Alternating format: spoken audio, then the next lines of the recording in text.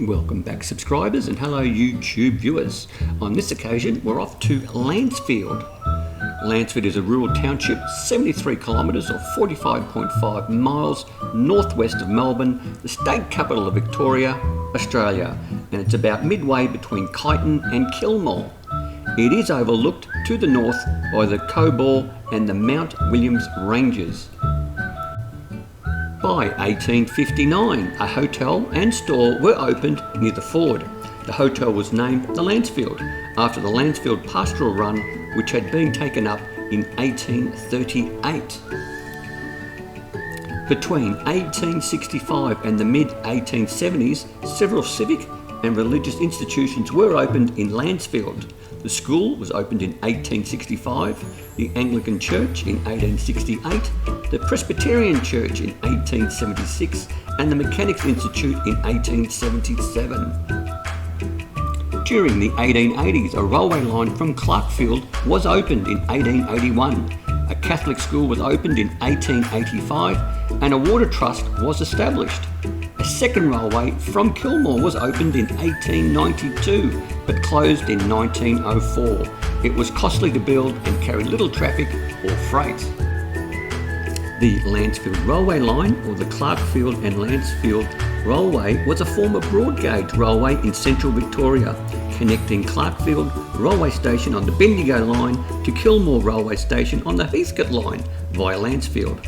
However, the ill-fated Lancefield-Kilmore section operated only briefly in the 1890s, so for much of its history, the line existed simply as a branch line, with its terminus at Lancefield Railway Station. The Lancefield-Clarkfield section of the branch was closed on the 13th of August 1956, when the wooden trestle bridge near Clarkfield required extensive maintenance and repairs.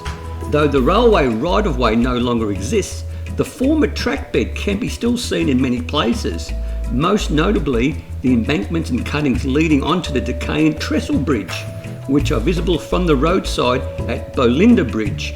Now, I will make an effort to go there and have a look for that trestle bridge.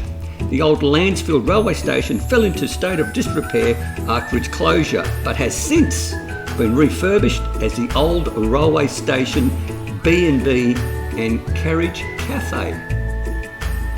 And finally, and as per usual, all the credits and references to source out for this video can be found in the description below if those who want to seek further information. So without further ado, let's check out Lancefield.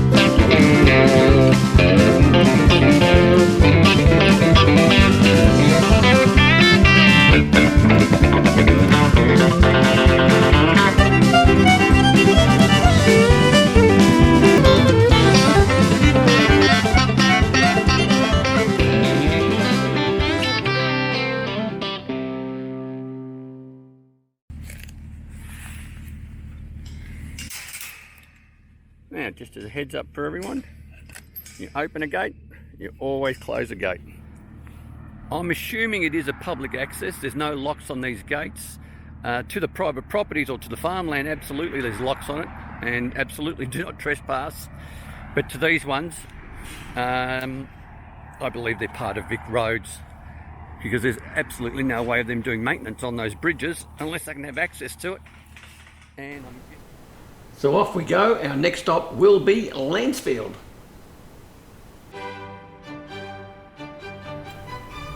Now, my intentions are in Lancefield is basically, as per usual, is to take in as much as I can of the sights and sounds to share with you guys.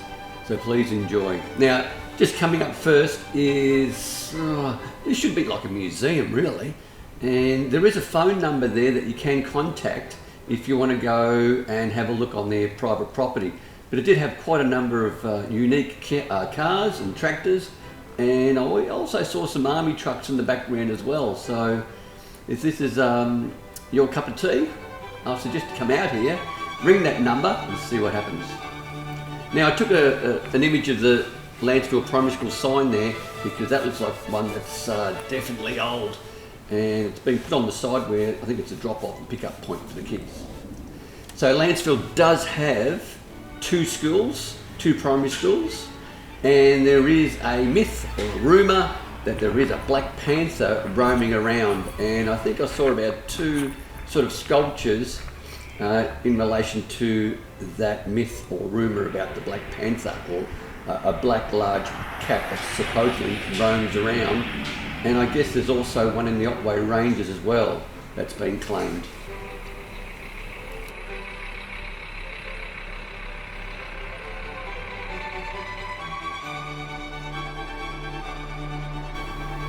Now, I'll jump in here and just explain my process when I visit a town.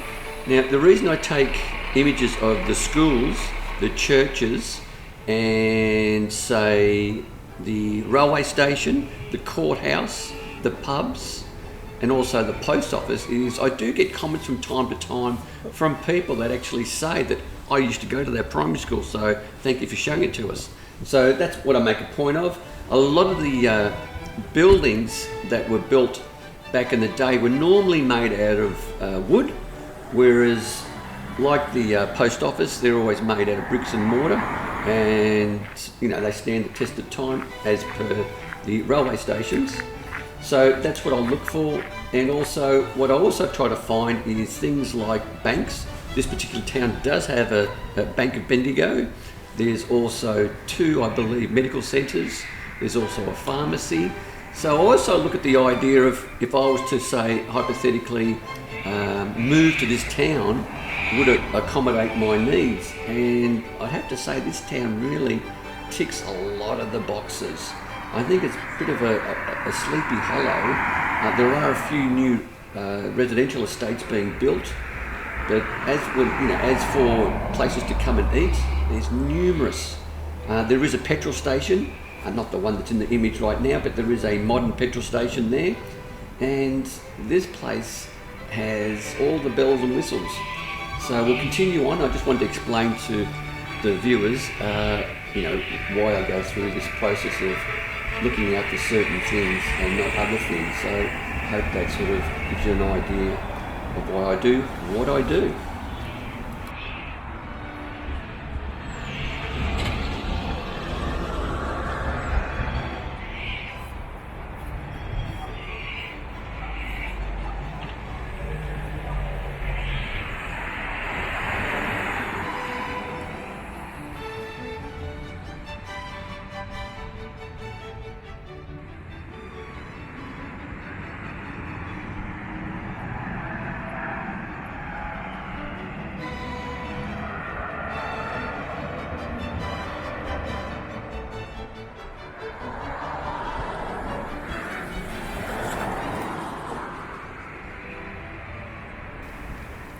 Now, just as a heads up, as I was wandering around the town, I did notice, and I actually spoke to a couple of people, and employment opportunities here are quite good if you're in the hospitality sort of industry. Quite a number of pubs, bars, breweries, cafes, bakeries, A lot of them were seeking staff to help manage their businesses.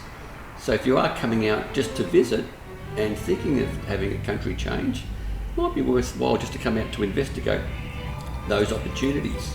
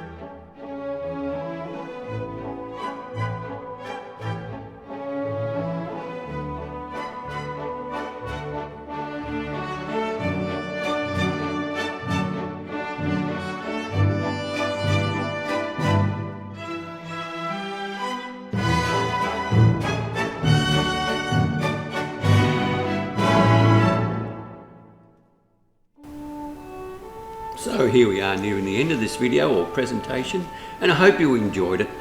It's a great little town, it's got a lot to offer, and if you did enjoy it, by all means please click on that like button or that thumbs up icon, and please consider subscribing. Subscribing doesn't cost you 1 cent, but it helps out the channel immensely. But most importantly, stay safe, commute safe, and have a great day.